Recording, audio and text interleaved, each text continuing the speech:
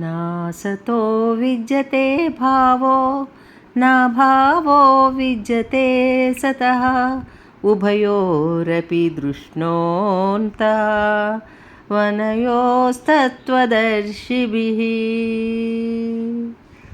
నాసతో విద్యతే భావో నా భావో విద్యతే సతః ఉభయోరపి దృష్టః తు అనయోః తత్వదర్శిభిః. అసత్తునకు అంటే భౌతిక దేహానికి ఉనికి లేదనియు, మరియు నిత్యమైన దానికి ఆత్మకి మార్పు లేదనియు సత్యద్రష్టులైన వారు నిశ్చయించి ఉన్నారు. ఈ రెండింటి తత్వమును బాగుగా పరిశీలించి వారి విషయమును ధృవీకరించిరి. అవినాశితు తద్విద్ధి ఏన సర్వమిదం తతం వినాశమవ్యయస్యాస్య కశ్చిత్ కర్తుమర్హతి. శరీరమందంతటను వ్యాపించి ఉన్న ఆత్మ నాశము లేనిదని నీవు తెలుసుకొనుము.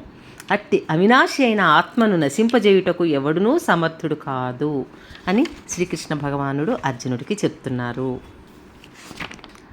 అంతవంత ఇమే దేహా నిత్యస్తోక్తా శరీరిణః అనాశినో ప్రమేయస్య తస్మాత్ యుధ్యస్వ భారత.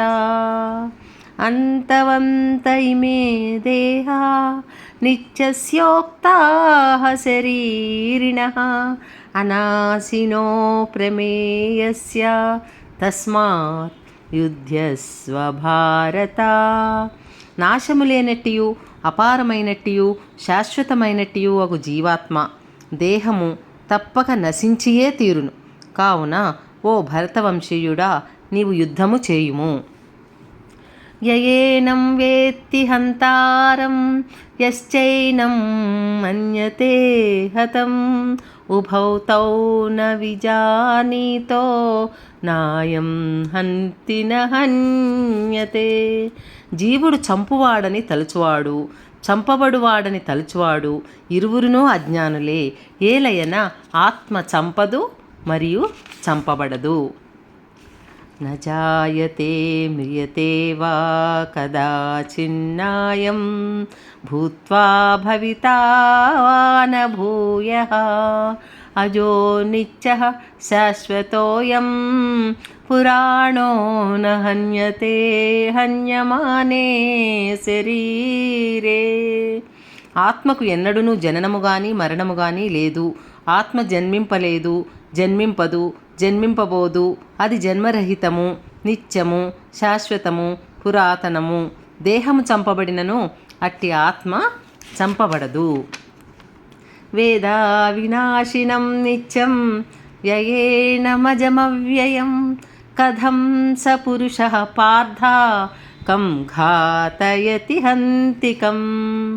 ఓ పార్థ, ఆత్మ నాశనము లేనిదనియు శాశ్వతమైనదనియు పుట్టుక లేనిదనియు క్షయము లేనిదనియు తెలిసిన వ్యక్తి ఎవ్వరేనిని ఎట్లు చంపును లేదా ఎట్లు చంపించును?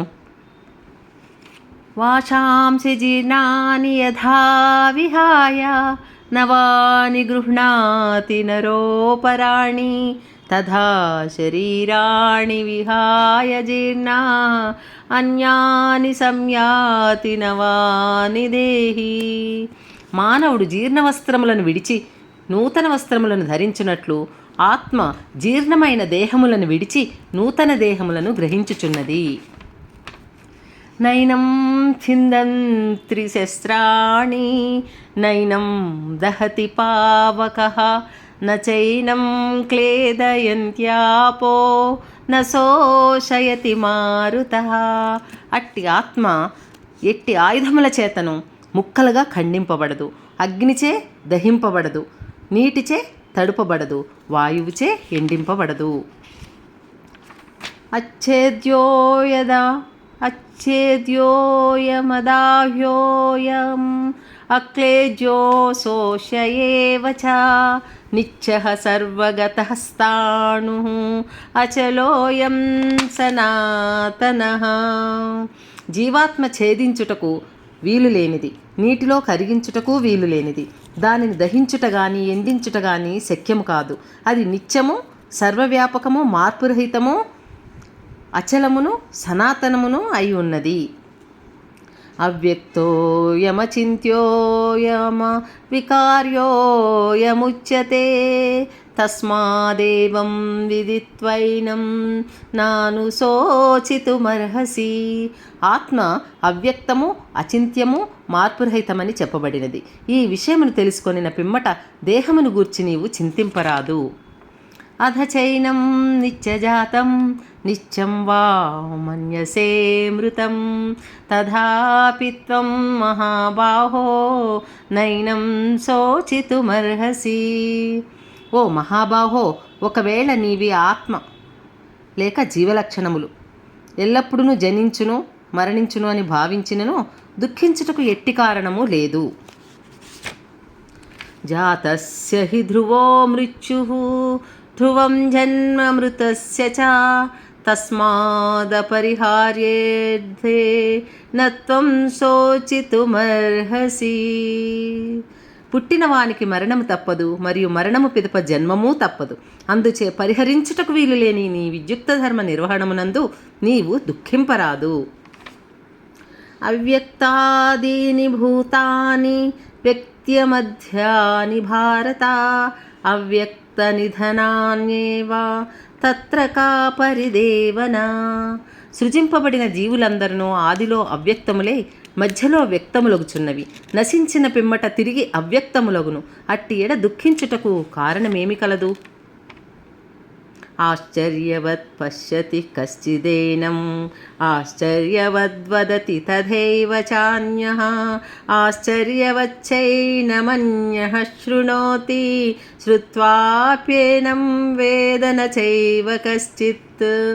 కొందరు ఆత్మను అద్భుతమైన దానిగా గాంచుదురు, కొందరు దానిని అద్భుతమైన దానిగా వర్ణింతురు, మరికొందరు దానిని అద్భుతమైన దానిగా విందురు, ఇంకొందరు వినిన పిమ్మటను దానిని గూర్చి ఏమాత్రమూ గ్రహింపకుందురు. దేహీ నిత్యమవధ్యోయం దేహే సర్వస్య భారత తస్మాత్ సర్వాణి భూతాని నత్వం శోచితుమర్హసి. ఓ భరతవంశీయుడా, దేహమందు నివసించు దేహి ఎన్నడును చంపబడడు. కావున ఏ జీవిని గూర్చియు నీవు దుఃఖింపనవసరము లేదు. స్వధర్మమపి చావేక్ష న వికంపితుమర్హసి ధర్మాధియుద్ధాత్ శ్రేయోన్యత్ క్షత్రియస్య న విద్యతే. క్షత్రియుడుగా నీ స్వధర్మమును అనుసరించి ధర్మానుగుణమైన యుద్ధము చేయుట కంటేను మేలైనది మరి ఒకటి లేదని నీవు గ్రహింపవలెను. అందుచే నీవీ విషయమున సంశయింపనవసరము లేదు. యదృచ్ఛయా చోపపన్నం స్వర్గద్వారామపావృతం సుఖినః క్షత్రియః పార్థ లభంతే యుద్ధమీదృశం. ఓ పార్థ, స్వర్గద్వారములను తెరిచినటువంటి యుద్ధావకాశమును కోరకనే అప్రయత్నముగా పొందినటువంటి క్షత్రియులు సౌఖ్యవంతులు. అధచ్ఛేత్వమిమం ధర్మ్యం సంగ్రామం న కరిష్యసి తతః స్వధర్మం కీర్తిం చ హిత్వా పాపమవాప్యసి. ఒకవేళ నీవు నీ స్వధర్మమైన యుద్ధమును నిర్వహింపనిచో స్వధర్మమును నిర్లక్ష్యపరిచి నందులకు నిశ్చయముగా పాపం నందుటయేగాక యోధుడుగా నీ కీర్తిని కూడా నీవు కోల్పోదువు. అకీర్తిం చాపి భూతాని కథయిష్యంతి తే వ్యయాం సంభావితస్య చ కీర్తి మరణాదతిరిచ్యతే.